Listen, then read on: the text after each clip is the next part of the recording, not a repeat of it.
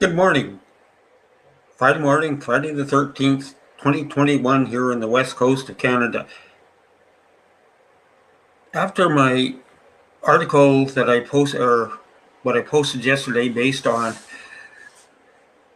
this article in the IEEE about problems with 5G, etc., that it's not going to be produced or giving what people expect, I thought I would look a little deeper at what the IEEE is saying about 5G and some of the problems.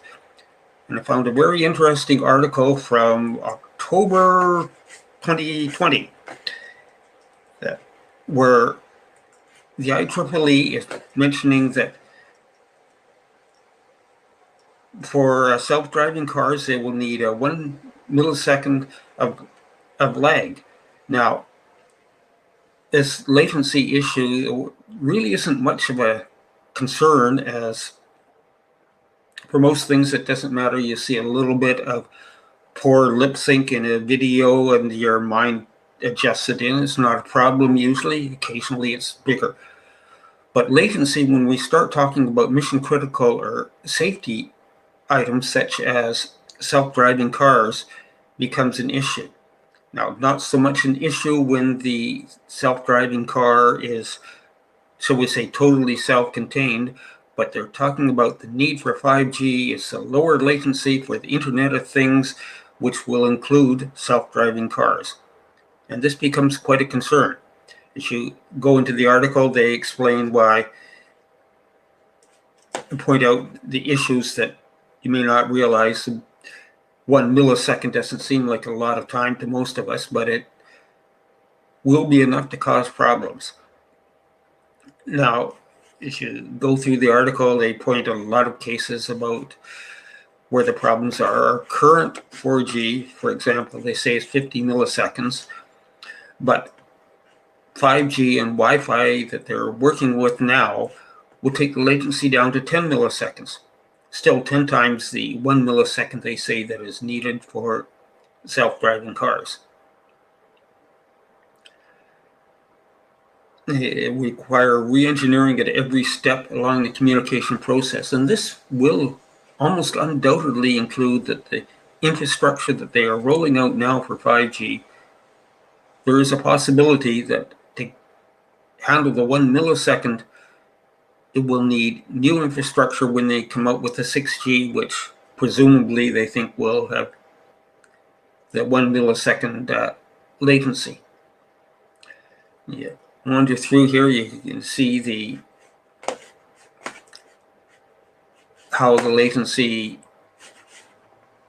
affects us, and they're predicting in this article that 6G will be 1 millisecond. We'll see. They haven't been able to do that yet, so it's or haven't been able to do it in the field, so I wonder if they actually will meet at that level by the time they bring out 6G. Now, for sense of touch, etc., you need this.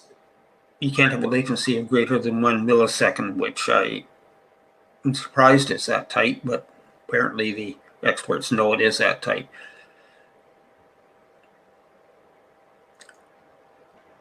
Now, they point out that robots can be lighter, and this would include cars, and operate longer if their brains are kept elsewhere on a low latency wireless network.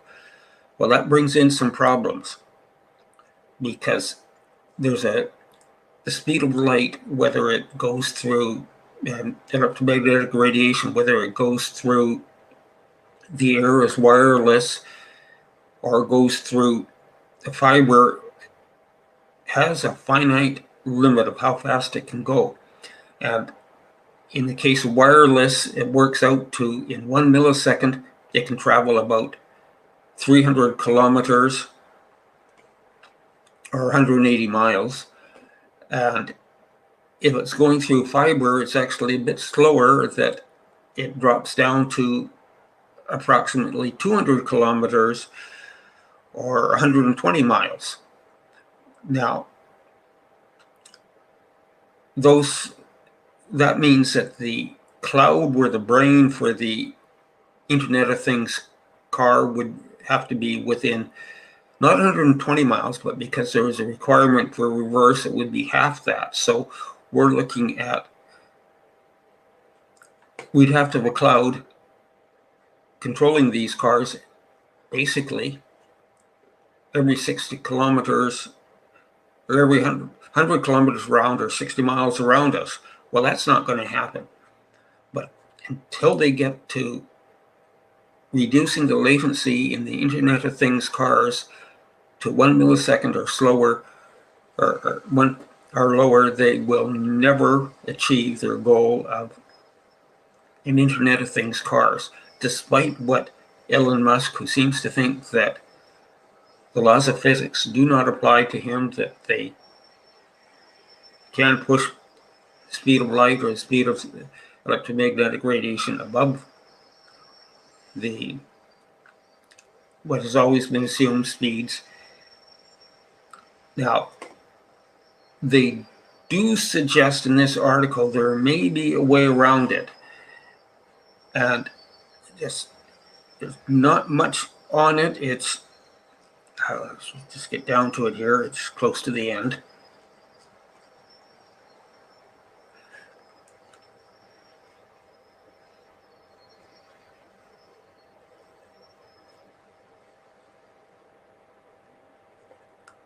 That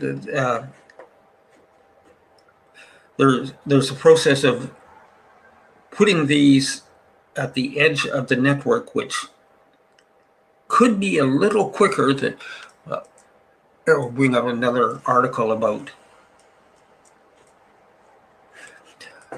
edge computing. Now, that could possibly give low enough latencies, but to the best of my understanding, it has never been actually deployed in a field situation, possibly in a lab, and in theory will work. And it's just one more reason why I'm concerned about these robot AI-driven cars self-driving. I just don't believe they will be safe if they end up using the Internet of Things. That there's enough reasons to be concerned about, even if it's controlled in the car. But as all of us know, that when something goes wrong, it can happen in much faster than a millisecond. And you can't rely on a computer brain several thousand miles away to react quick enough and get the signal back to respond. By then, it's too late. Thanks very much for listening.